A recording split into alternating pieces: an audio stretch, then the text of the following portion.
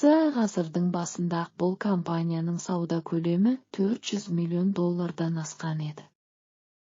Барлығы қарапайым ғана ағаш таяқша мен мұз кәмпиттен басталған. Ал танымал суретшімен достық әрі табысты зерттеулер әлемнің түкпір-түкпіріндегі ең сүйікті тәттіге айналуына ықпал етті. Таяқшалы тәтті чупа-чупстың кей жерлерде шапа-чапс делінген тарихы 1958 жылдан басталады. Чупа-чапс Group'тың негізін салушы Энрик Бернат. Оның әкесі де кондитер. Испаниядағы Барселонада Granja Asturias деп аталатын кондитерлік дүкендері болған. 1958 жылы кондитер сатып алушылардың сұраныстарын қарастырып, маркетингтік зерттеу жүргізсе қалай болады деп ойлайды. Зерттеу жүргізу үшін ол барлық жауапкершілікті француз консалтинг фирмасына тапсырады. Нәтижесінде Бернат біршама қызық деректерге қанық болады. Оның өнімдерінің тұтынушылары орта есеппен 16 жастан кіші балалар болған.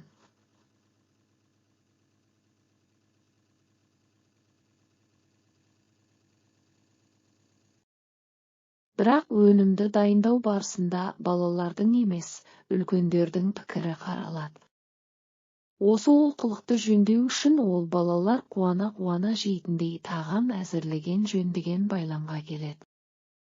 Мұз тәттінің пайда болуы туралы аңыз бойынша Энрик бірде киімін ластаған үшін баласына ұрсып жатқан ананы көреді.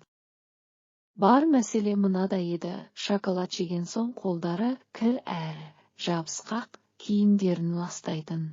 Үйдің ішінде де осының кесірінен ретсіздік орнайтын.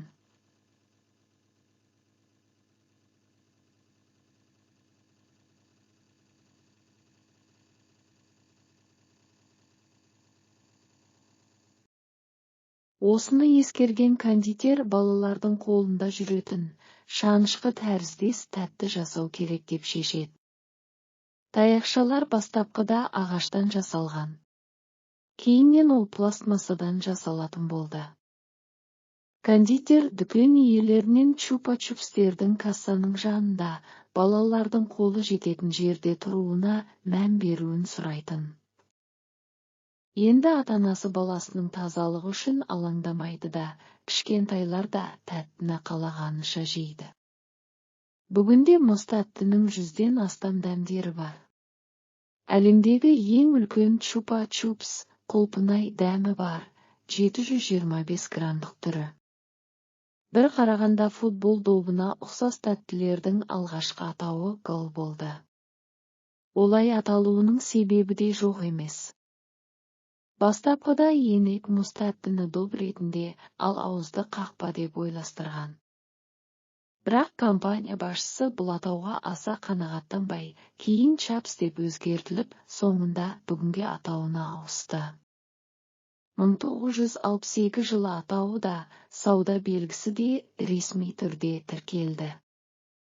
Мұз тәттілер саудасы дамып, 1964 жылы компания атауы Чупа-чапс деп өзгерді. Барлық бала жақсы көретін чупа-чупстың еш зияны жоқ, оны үй жағдайында да жасап беруге болады. Видеом ұнаса лайк басып тіркеліп кетіңіздер.